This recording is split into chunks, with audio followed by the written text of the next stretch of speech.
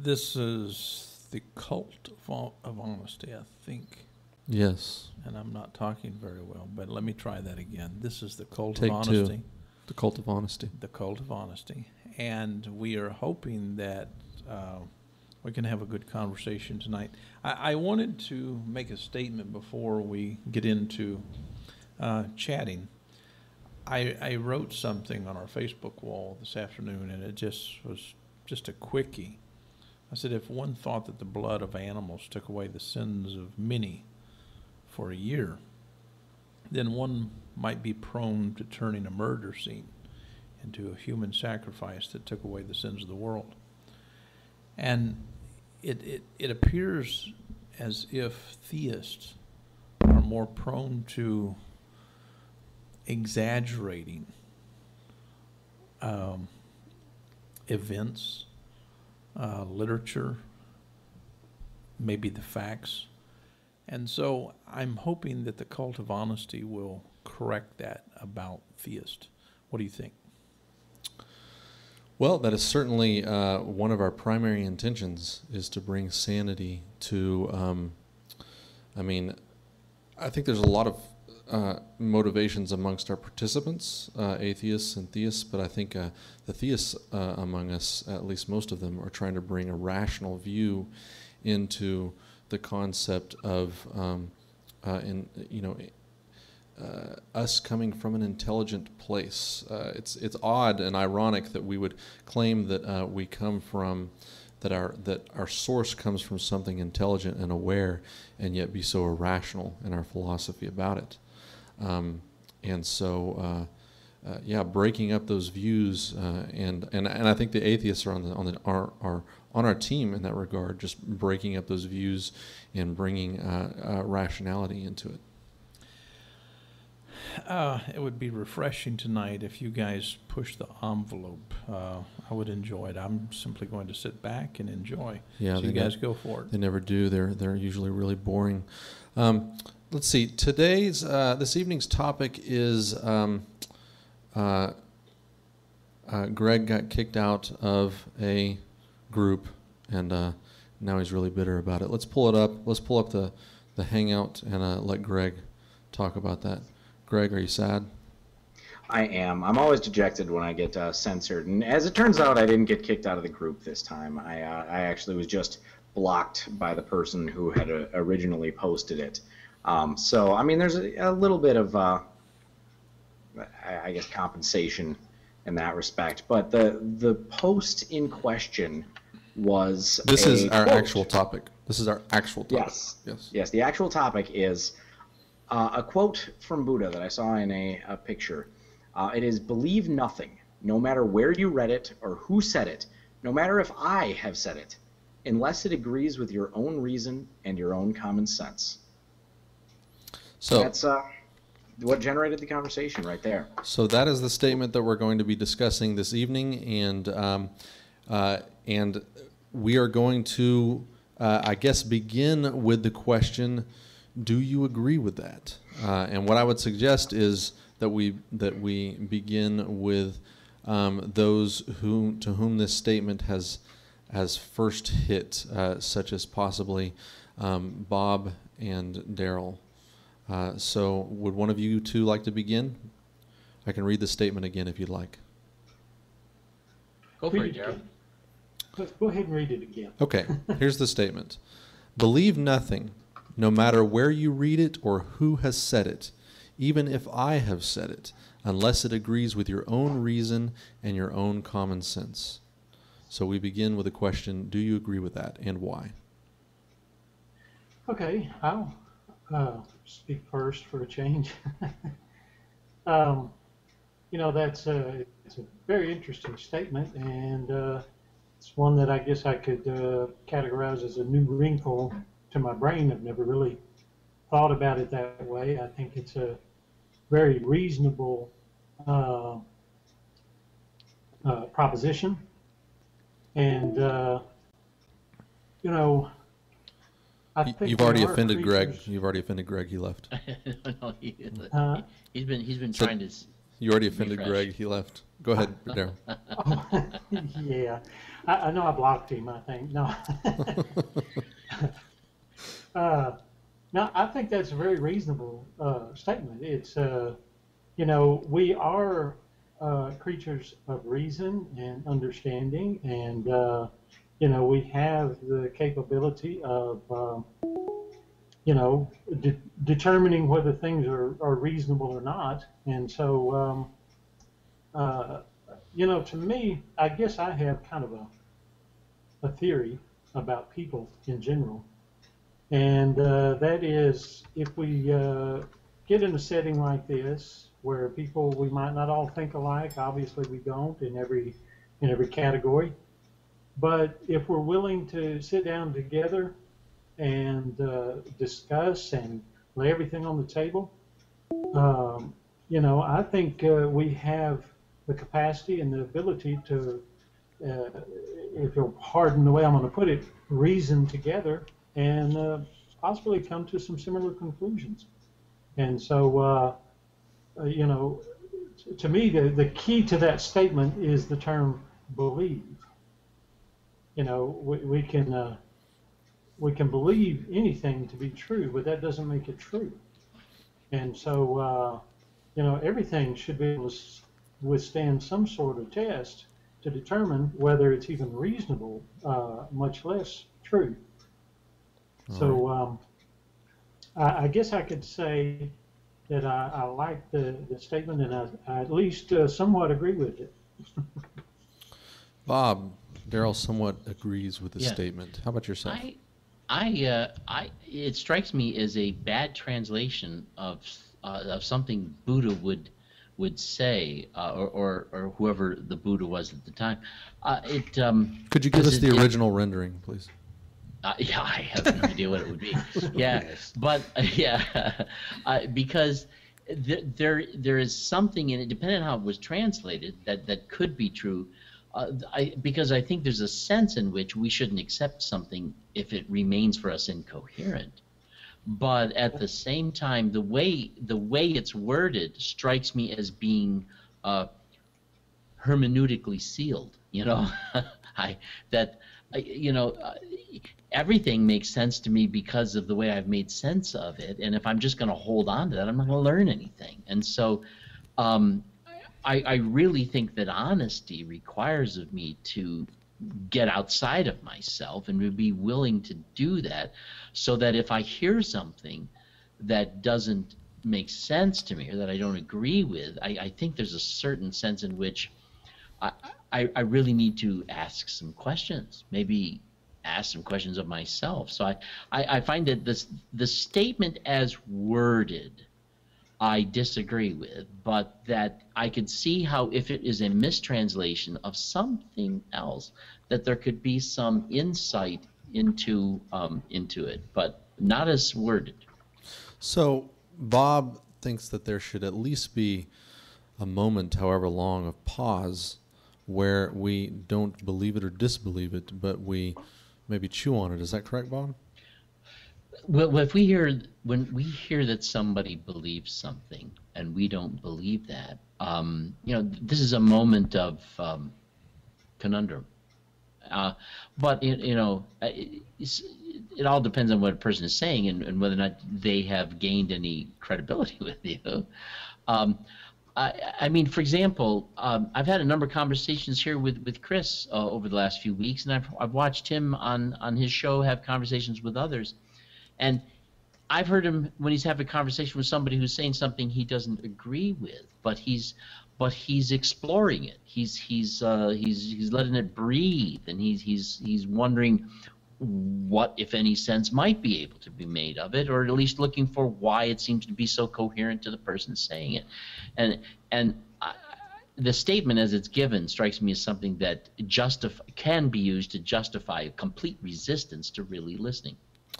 I always interpreted what Christopher was doing as more like a panther walking around in a circle looking for a weak spot. But maybe I got that wrong. Nelson, welcome to the conversation. How are you doing?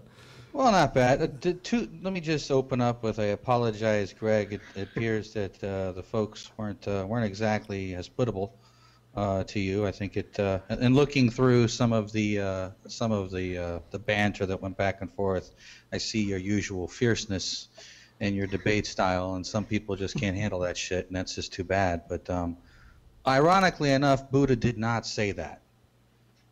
What Right, Buddha it's a fake Buddha quote. Right. What Buddha actually said was, now, Kalamos, don't go by reports, by legends, by traditions, by scripture, by logical conjecture, by inference, by analogies, by agreement through pondering views, by probability, or by the thought. This contemplative is our teacher. When you know for yourselves that these qualities are skillful, these qualities are blameless, these qualities are praised by the wise, these qualities, when adapted and carried out, lead to welfare and to happiness. Then you should enter and remain in them. So not quite what that quote said. That sounds more like the Buddha to me. That yes, sounds a lot definitely. more like Buddha, and it makes a heck of a lot more sense. And the irony of it is they were being so fierce about this debate when it wasn't even a Buddha quote at all. I think what happens is that some people, it's almost like the apologists that constantly fiercely defend Jesus for things that he didn't even say, So I think that's probably what happened here, and it's kind of silly because when I read the quote initially, my first reaction was Buddha didn't say that, Right. and then the second reaction was, what the hell does that mean anyway? But it's almost like selective. You have to be selective with your reasoning and use your own common sense. But if that's what Buddha wanted to say, he would have said it. But I don't know. It's crazy. It was an interesting discussion though, Greg, because you guys got into the FDA and the drug approval process, and some of the things I would have to admit I agree on, because I do think a lot of things are driven through money versus actually caring about people's lives. But so there were some valid points on both sides, but where it got sideways, I didn't get that far, and I was like, oh, this is starting to get ugly, so I just stopped reading. Christopher, what do you get to say about this? Well, I mean, let's take the quote at face value. The fact that it's not from Buddha is what it is, but the discussion at hand is still the original quote, right? Right. Yes. Okay. So I see it as almost like a Rorschach test, because depending on how many different angles you look at it, you can get a completely different a conclusion. Like, I'm almost reading the original quote as being like an anti-authoritarian statement, kind of saying like, even if I say it, don't believe it, trust yourself. Like, kind of, if we were to put up the dichotomy of authoritarian versus autonomous, it's kind of vouching for an autonomous way of thinking as compared to accepting things on authority. That's one of the ways that I'm looking at it. So I guess I'll leave it at that. So in a sense, I guess I kind of agree with it if that's what it's going for. See, I didn't focus so much on the actual belief and reason aspects of it. I focused more on the or who said it, no matter if I have said it. Well, I mean, anti-authoritarian would make sense given the fact that this is a Buddha. They're somewhat in exile in Tibet. The Chinese government's constantly trying to oppress them. So it would make sense that they would be anti-authoritarian, and any of the Buddhas would be. It also depends on how you understand this word believe, because believe nothing no matter what is different from saying consider nothing no matter. Yeah, that's and true. so it has some ambiguity to it, but it strikes me as having just the kind of ambiguity that this could be a very dangerous statement. I'd like to hear from the reject. Greg, what do you have to say? Well, I have to say what Bob just said about it being dangerous was my primary objection. I read it at face value, didn't make any criticism that it was misattributed or mistranslated, but simply as the quote stands, I think it's not great advice. Yes, there's realms in which it's decent advice, but if we take this as a sort of a mantra to live by, I think that that's a very dangerous approach to doing things. And my primary criticism really was stemming from my advocacy for scientific skepticism, in that there are things that we should believe even if they don't make sense to us, and even if they don't agree with our common sense. There's all kinds of things that our common sense gets wrong. Our intuition is actually very faulty when it comes to some of the more complex aspects of the universe, especially, and some of the things, like one of my most passionate topics is the anti-vaccination movement, and some of the other very strongly anti-science movements that are related to, like, GMO crops or alternative medicine, like homeopathy. These are things that are dangerous because people believe them for all the wrong reasons. They accept them because of anecdotal evidence or personal experience, and personal experience is full of confirmation bias. It's very rife with bad reasoning, and we remember the hits and forget the misses. So when I look at that statement, all I see is a reaffirmation in the minds of the people that I imagine, at least, reading it and going, yeah, that's a really good idea, as saying that their faulty reasoning is actually better than other ones. Because in the end, if you hold an opinion that is contradictory to what the consensus of the experts holds, the vast majority of the experts consider to be true on this, if your opinion on it is contradictory and you are not an expert on it yourself, if you're not in that pool, you're almost certainly wrong.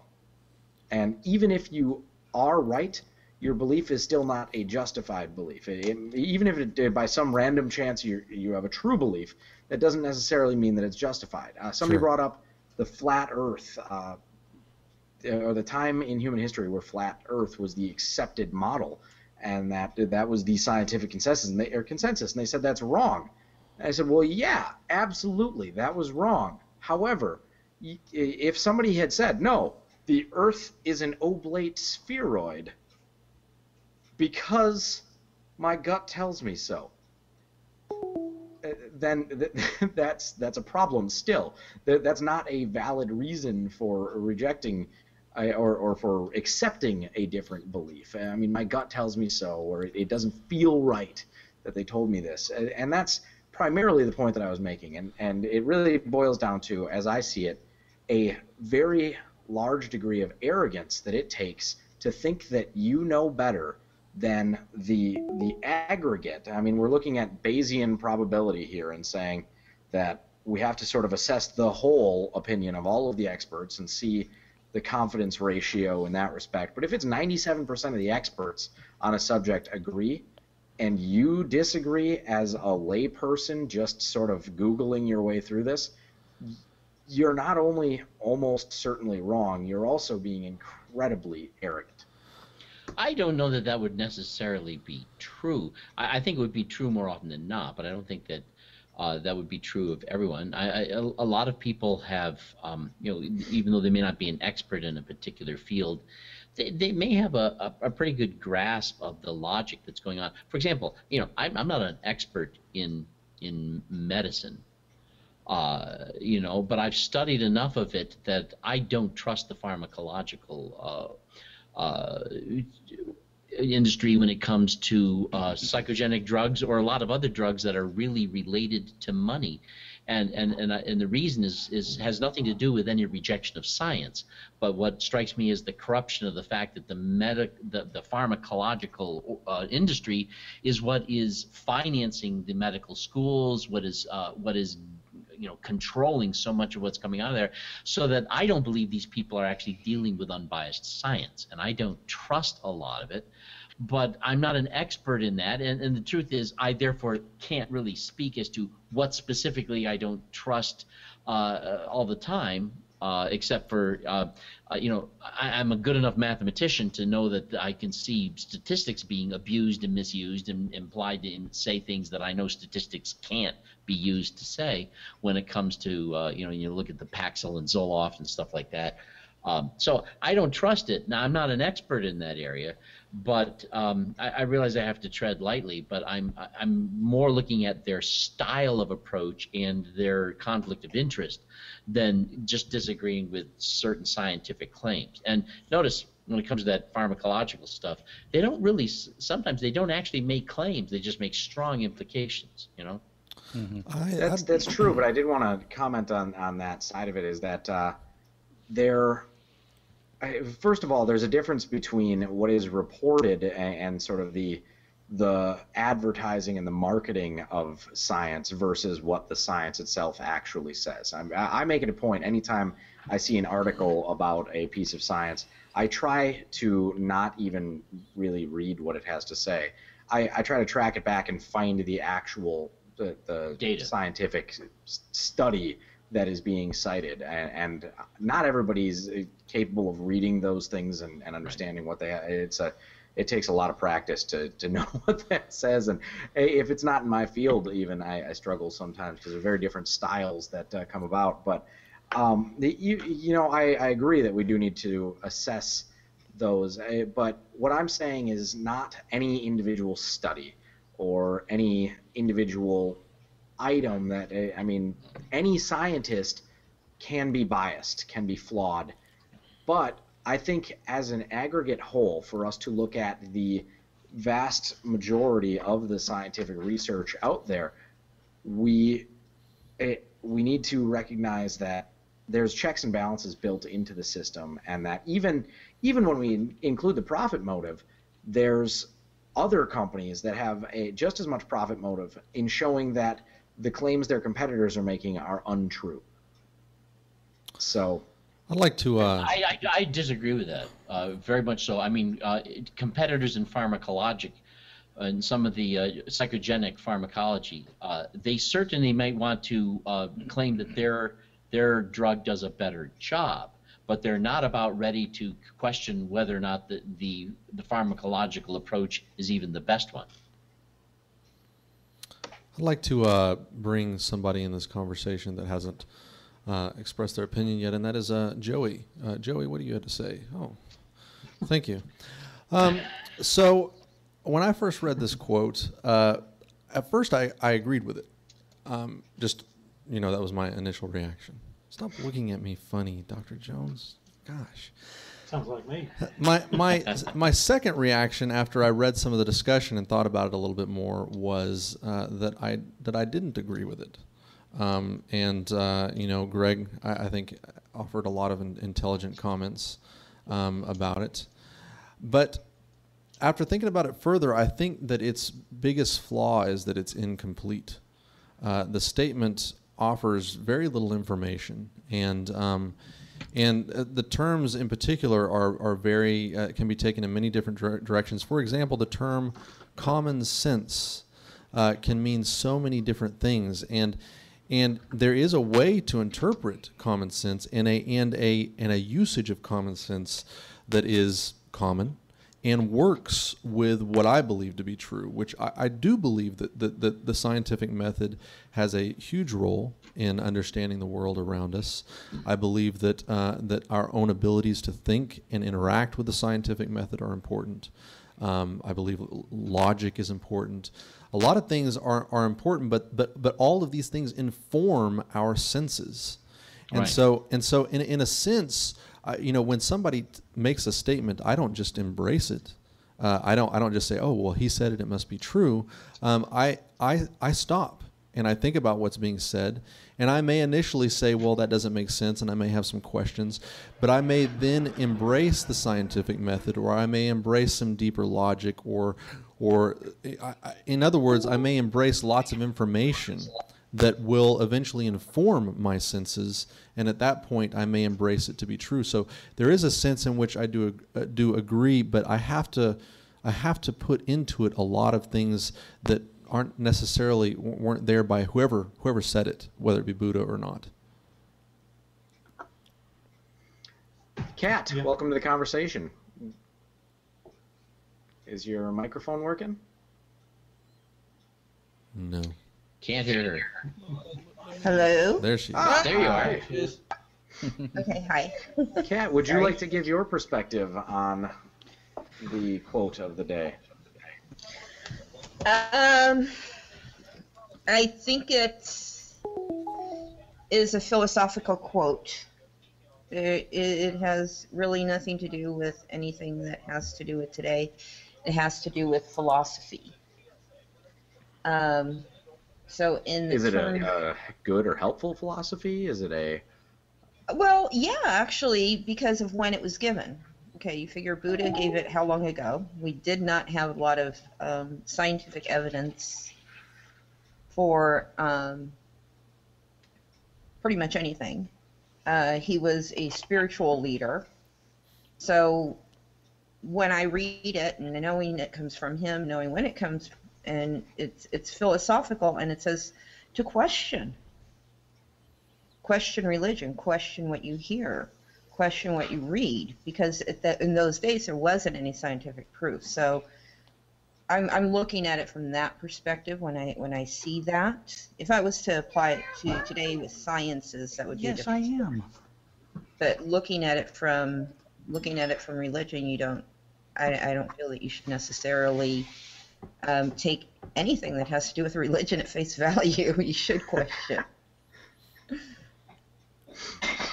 I have to say that I mean my perspective of it did certainly come from a modern day application. I think that you make a very strong point that we've established, by the way, that this is not an authentic Buddha quote, but it's a very loose paraphrase. I'll copy and paste the original quote again for you here, but the point that you make is, even if it was said as it stands in the time it was, is a very good point, because that would have had quite a bit of value in the time that Buddha was teaching. So thank you for bringing that perspective, especially as an atheist. Oh, yeah, and if I read his actual quote, did you read this out loud? And We does did, everybody? yes. Okay. So, yeah, as I read that, I was point on. I think you That's meant cool. on point. I'm just kidding. I don't know. We should question that, though. Let me bring one more person into the conversation, and that's Dr. Jones. He has a few comments to make. Dr. Jones? You know, after listening to various people commenting on this, I thought that I would jump in. I don't like the quote, number one, but trying to be objective about it, number one, it's not a determinate language. It's obvious. And number two, if it is target and time sensitive, then the no matter or the who in the context would be completely rendered in a different context. And so since we don't know that, since we don't have the context of this bogus quote, I don't know how we would even consider its rendering valid in any kind of context. And so I, in a sense, would say I have no idea as to what this means without its surrounding context, and I would have to go back to my arguments without non-linguistic elements, et cetera, et cetera. You know, we don't know what this means, and so I can deny it or accept it or whatever, and I think that's really superfluous until there's more data put on the table. So it's, in a sense, we are guessing, pretending like we do know, and trying to analyze something that we have no clue as to what's being stated by whoever made this bogus quote. Dr. Jones, could I Yes. ask you a question? Certainly. As a linguist, have you ever seen or done any studies on manipulative language and its particular characteristics and Yes. what you might find? For example, the use of not just indeterminate language, but language that people tend to think of as determinate, Certainly. even though it isn't. This strikes me as an extremely loose paraphrase of Nelson gave us the actual quote, which, by the way, strikes the quote that we have here strikes me as an extremely, as Greg said, extremely loose rendition of that, or at least a summary of that. That strikes me as I see in it structures of manipulation. Personally, that stands out to me. So I that feel manipulated. I it's I would it's so agree. it's deliberately written in such a way as you could fall into it and think of it. We looked at I thought we got a lot of awesome different perspectives as to what it was saying, and some great advice and ideas as to how it was applied. But, you know, look at the freedom it gives to the person who actually said it to do a lot of things that you don't want them to do. You know, in a sense, we could use what the Universalists are doing today with the term all.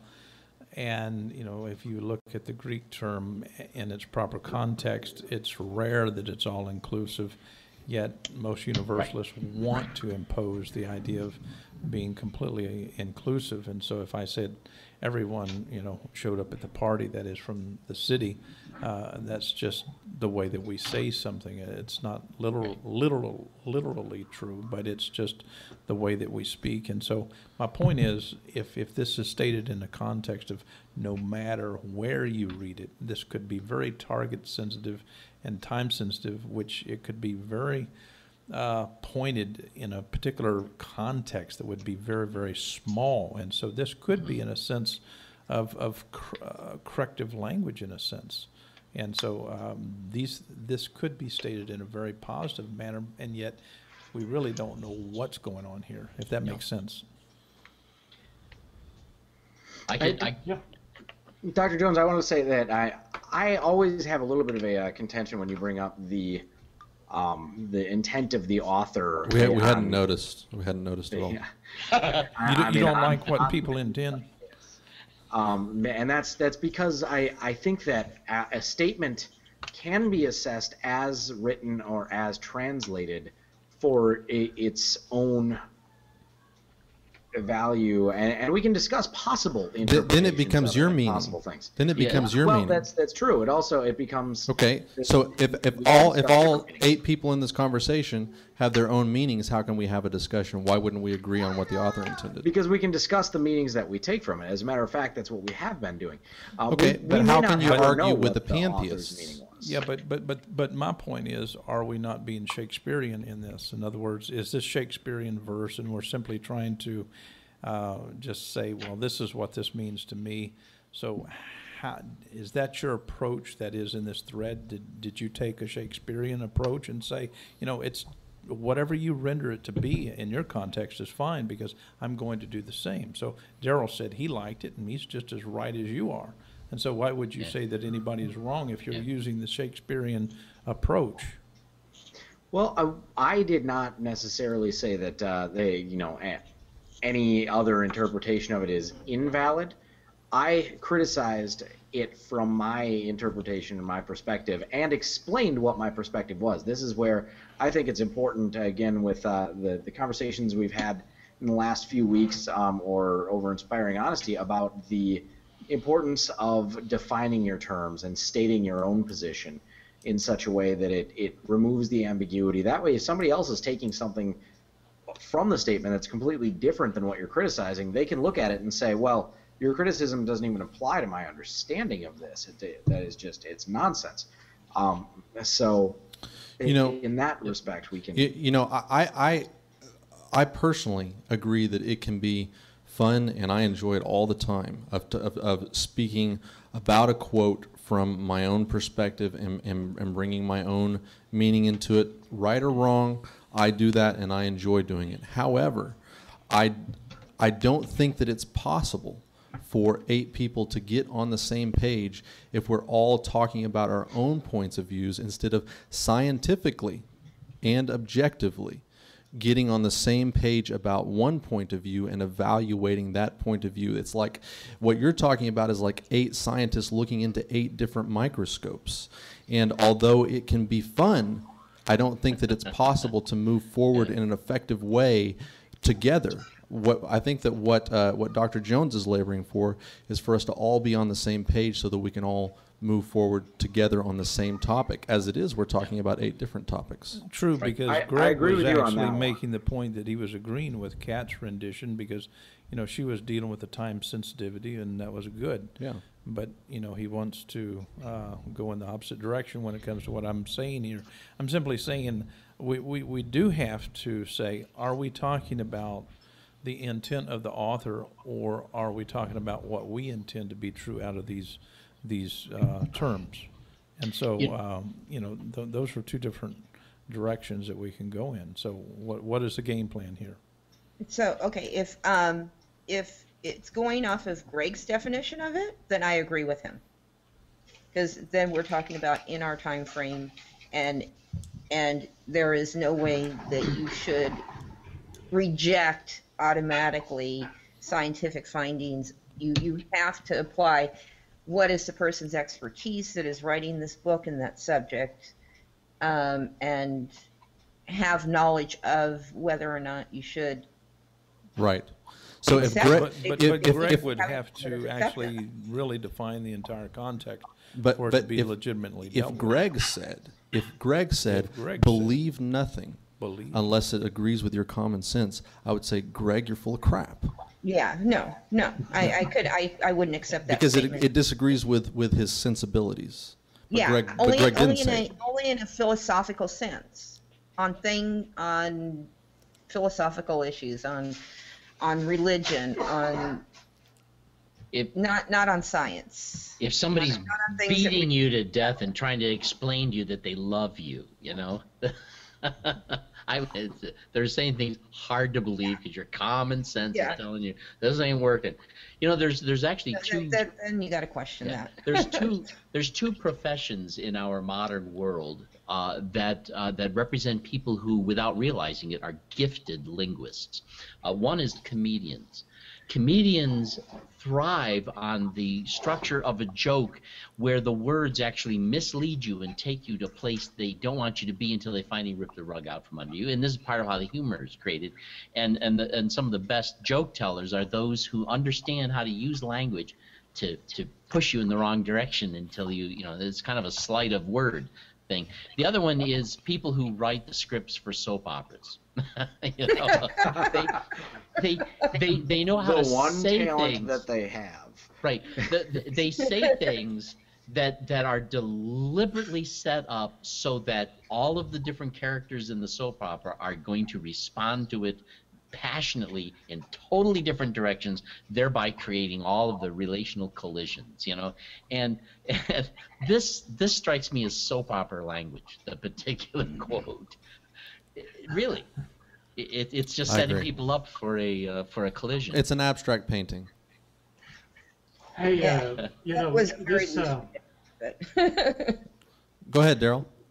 no. well, I just wanted to say that, just to show that this kind of setting is good, this has caused me to do something that John the Baptist suggested, and that is to repent. I've had a mind change since I made my first statement. I've heard a lot of good reasoning, and the statement doesn't sound near as good as it did initially. And Daryl, I'll tell you what. When you first spoke, when you were first saying this, what my reaction was when you were first giving me my first reaction when you were speaking was, Daryl has such a nice and awesome heart, a kindness to him, and he's looking at this and he's applying it in a way that works with kindness and consideration, and that's exactly what you were doing. You took this language and you found how to launch pad off of that towards that direction that represents some real values you have, and I really think that's what you were doing. I agree. It's his biggest weakness, and he's got to get past He's a that. sweet guy. Yeah. Hey, I'm getting meaner all the time. Hey, hang out with beat this that out crowd, of you. that'll happen to you. Well, I appreciate that. Yeah, I wanted to respond to what Dr. Jones was saying about having all of the multiple different interpretations and the understandings that people bring to this. And I have to say that is, in many ways, the skeptic's burden. I run into that all the time because I criticize statements as I see them, but also in other possible contexts that other people, or that I try to see things in as many different ways and from as many different angles as I can. Multi-axial. Right, exactly. And I still then have to recognize which of those are acceptable, which ones are spurious at best, and which ones are dangerous. And I try only to apply true resistance or outward and verbal resistance to the latter.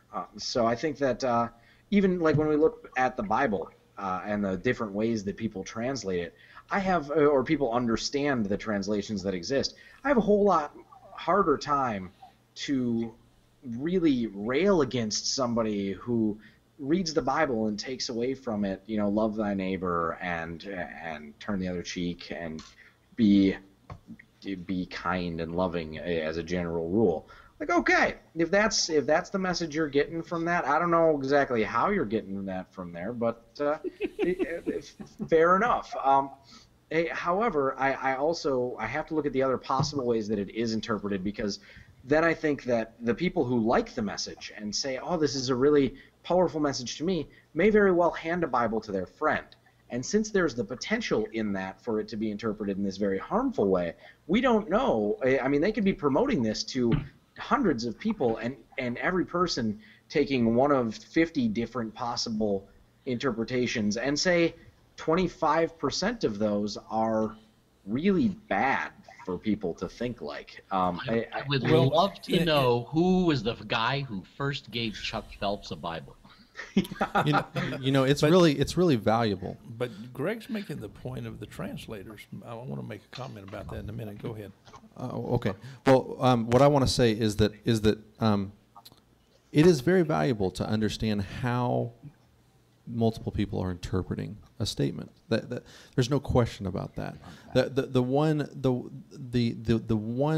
thing that I want to take away from the little mini discussion we had a moment ago about the author's intent is that it has no small place in this discussion. It actually has a huge place in these discussions that we have.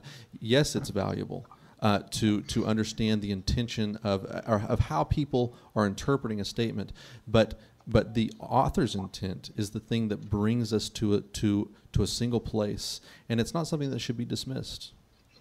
And I would see the author's intent of this quote as rewritten as being deliberate manipulation.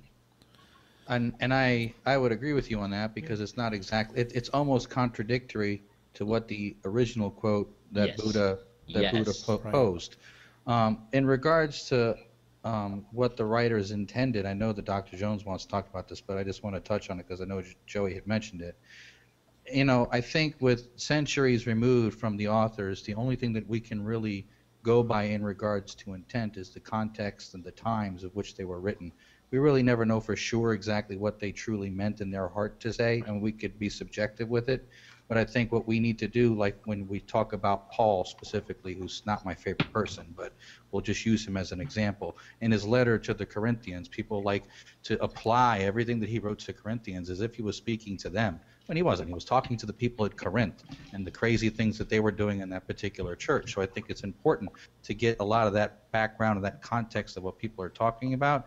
And then from there, you can extrapolate whatever that message may be in regards to how it applies to. I know people like to apply the Bible to themselves, which in my opinion is a very vain thing to do, but it's something that people like to do. But I think that they do it in the wrong way when they just assume the Holy Spirit is going to tell them what it means, versus digging into the history of what it really meant, and who was being spoken to. Dr. Jones, I'm sorry I railroaded you there. What were you going to say? Well, I think that Greg was making a wonderful point, and I also appreciate what Nelson is stating, and I'm glad that he contributed what he did concerning the quote and actually giving us a more legitimate rendition. However, with that said, I think the thing that Greg was doing, that is it really exemplifies in a sense what the translators of various, for instance, the NIV translators, this is exactly what they did. They had a contract, and they had to satisfy over 50 different denominations. And so in translation, they had to provide something that was ambiguous enough to satisfy all of these different translation models. And this was done by not just the translators, but the redaction team. And so my point is that is part of the contest here. And so when you separate what the translators are doing, that is with that kind of trying to satisfy a theological agenda, and you have better than 50 denominations that you're trying to satisfy, there's a difference between what linguists go through in trying to find out, well, this is a possible intent of, let's say, the Apostle Paul. They will put together synthetic models of Paul and put various models together and what is likely. And so my point is, if we were to take this seriously, first of all, if we wanted to deal with the likelihood, that is, of the intent, we would have to deal with that adequately before we actually said whether we agreed with it or not. And so we would have to find out the intent first. But if we want to treat it like translations today, in other words, we read it to get what we want to out of it, that's a much different cup of tea. And so I can see Greg's point. Let's just, read it for what we want to, and we can eisegete all we want to, and it's not really an exegetical. Well, you certainly are. Process. I do have to agree with Greg that you certainly are good at spoiling a party. And we were all partying, and you came in with your good sense. Please don't do that anymore. Buzzkill. Just as a side note, there, I got to tell you, Dr. Jones, I share your when I read the NIV, I cringe at what I see as the multi-denominational blandness, but also they put some very specific things in there that were obviously evangelical perspectives that have nothing to do with the original. I don't understand how they got it in there, but just terrible translation. Amazing. All right, we are coming to the end of the show here. I want to hear from some people who have slunked back under their bridges. Christopher, we haven't heard from you in quite some time. What's going on? Are you sad? Am I sad? No, I'm not sad. Tell us what nothing you to be think. sad about. Chime in here. I think that I think that Greg's biggest concern is how this kind of quote can be used in the wrong hands, and the kind of slippery slope that could lead people down towards. And he seems to be talking about a very specific demographic, like the alt-medders, the homeopaths, almost the New Agers, I guess you might want to call them, or whatever. Sure. But the kind of people where that believe in the law of attraction, the kind of people. No, kill. Like, I know. I agree with you. Kind of quote. I Kind of agree quote with that you. they would paint on their wall. I agree with you. And they like rewording things and manipulating. I find when I'm talking to people about the law of attraction, some kind and good people, subscribe to that stuff. I sometimes I just don't know what to say. The law of distraction. I usually show them proof that what is being told to them is untrue. And yet there's certainly an element in there's something to it, but not what they say. I mean, you begin if you begin looking for a way to get something done, you're going to find it probably. That's not the law of attraction. It's the law of confirmation bias. But also, if you're looking for something, when I'm looking for my keys, I'm probably going to find them because I'm looking for them. You know what I'm saying? Just like everything you're looking for is in the last place that you look, because after you found it, you stop looking. Exactly. So, but Chris, I totally agree with it. I make it a point to continue looking for a moment in that case, by the way, just to prove them wrong. I'm not sure that I found my keys. You haven't looked check my everywhere. pockets again. I could be wrong. I take a page out of Sean's book. Oh, no. I always give the cashier a hard time at Sam's Club when they say, "Did you find everything?" I say, "No." I only came for a few things. What do I need everything for? You got stuff in here I haven't seen yet. What is there to find? Is this a scavenger hunt? I didn't get a list. I didn't know I was looking for everything. Right. It's great. I was really hoping to find a llama. Oh no! I want to go on your treasure hunts. What the hell? Sam's Club carries a llama. Oh man. So yeah, just in the same sense that followers of the law of attraction are following a confirmation bias, this quote seems to affirm confirmation bias as well. Yes. And although I think there's a lot of ways that one could respond to this, I do think that the concerns that Greg had as to the slippery slope this could be, absolutely valid. I agree. You know, Sure. Yeah. Me too. I agree with the troll. Yes. Welcome under the bridge. and By the Yeah. way, I posted the Hangout in the group. I was not blocked from the group. I was just blocked by the original poster of that particular thread, so I was not able to view it anymore. But I thought I might have been. They reported you, by Yeah, I the way. figured that out after. I figured they Violation of probably Facebook. reported me. Yeah. and Greg, I resisted the temptation to kick you out of here, but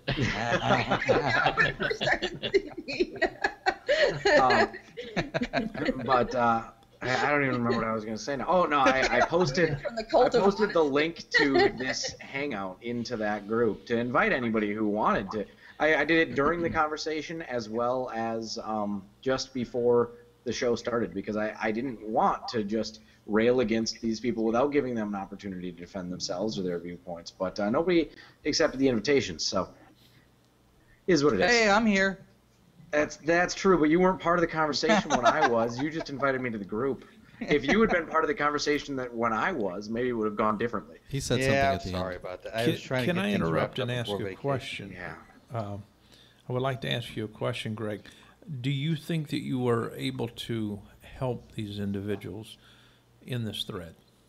I think that there were probably two people that I got through to some extent and made them at least reassess their positions, and I may have sown some seeds of doubt in there or of questions. Rub I your think hands together when you say that. But I think that several of the other ones were just galvanized in their beliefs. I mean, I was actually there was one person who said very specifically that I've come in to spout pseudoscience and metaphysics,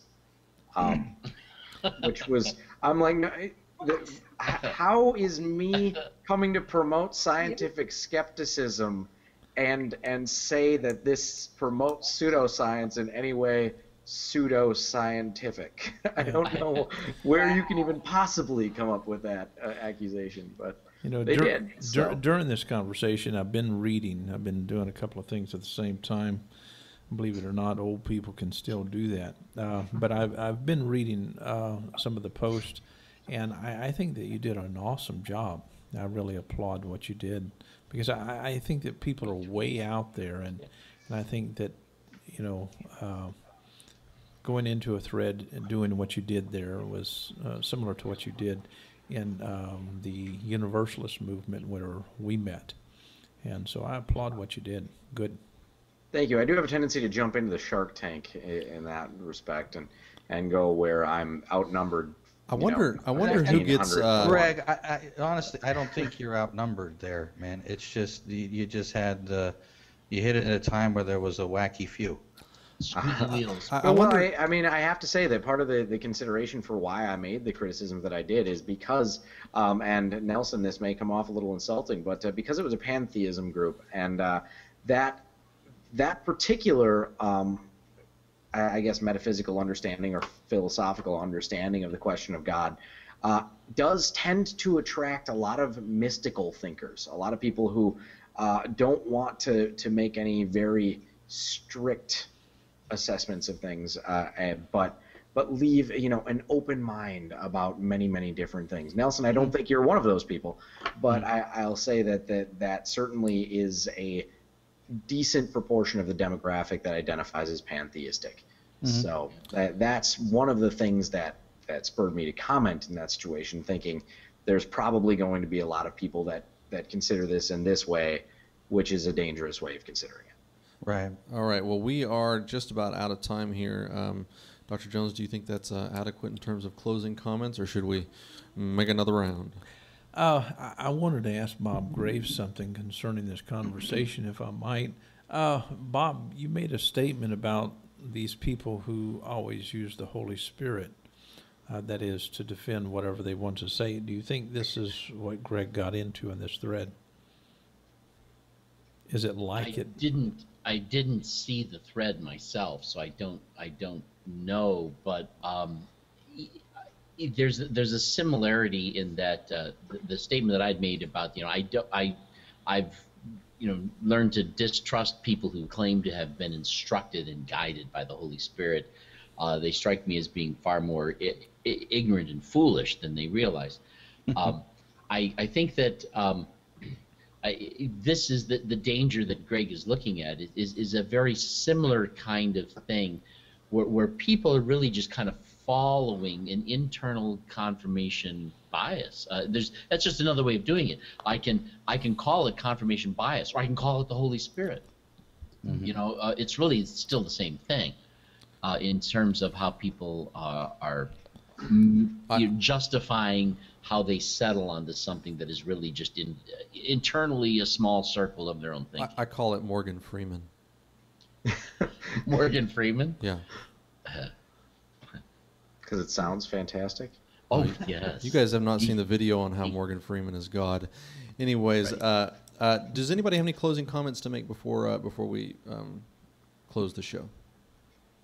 I wanted to make one completely unrelated comment for a moment and say thank you again. This is coming up to my 1-year anniversary being associated with the New Covenant Group.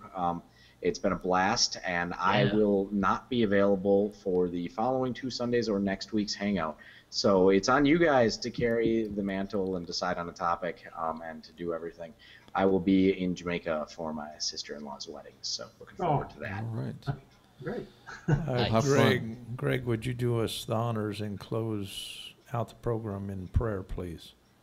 Absolutely. I have just the prayer for this situation. I would like to take a moment in reverence and thank you to the see, you've already scientific offended and fall somebody. short.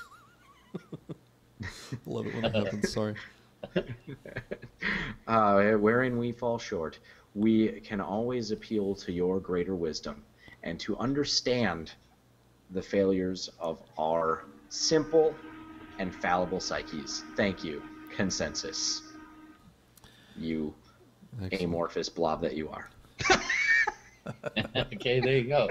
All right, let's pull Hangouts down. And Dr. Jones, why don't you give us a closing statement before we go away? I think that Greg got into a wonderful time with these people, and I don't think the people took advantage of where he was going. When someone like Greg Bray comes your way, you need to listen, and then that's what I think that. This quote reminds me of a guy that says, I've got reasoning powers, I've got the ability to have common sense, but I don't really want to listen to anyone else in a sense, and I'm really going too far with that. I almost joined the group just to tell them how dumb they were, but then I thought, well. But I thought probably shouldn't. Greg did a wonderful job that is in the thread.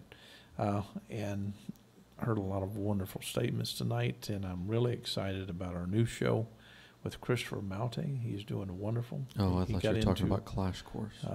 Clash Course is doing great. Oh, thank you. Christopher, he actually had, I think, a meeting yesterday with 3 presuppositionalists. Yeah. He said he got stomped, though. Does that even sound realistic? I listened to not all of it, but a lot of it, and I don't think that he got stomped. I just think that what happened was... He wasn't allowed to speak. Well, I think they're playing, these word games, and they're just changing up, and it's frustrating. And it's, if you use the word knowledge, you need to be consistent.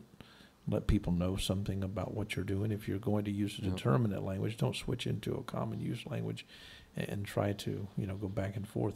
It makes for a very clumsy conversation. That is, if you're going to stay principally in logic. I think you and Greg Bray and Bob Graves and Christopher Maute should come together and create a show where you talk with guys like this, and you should call it the 4 Horsemen of the Apocalypse.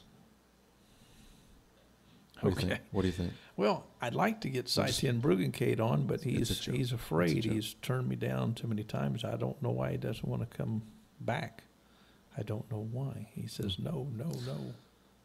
I don't know either. We love you, Saiten Bruggencate. We do. We do. All right. That's our final statement. Goodbye.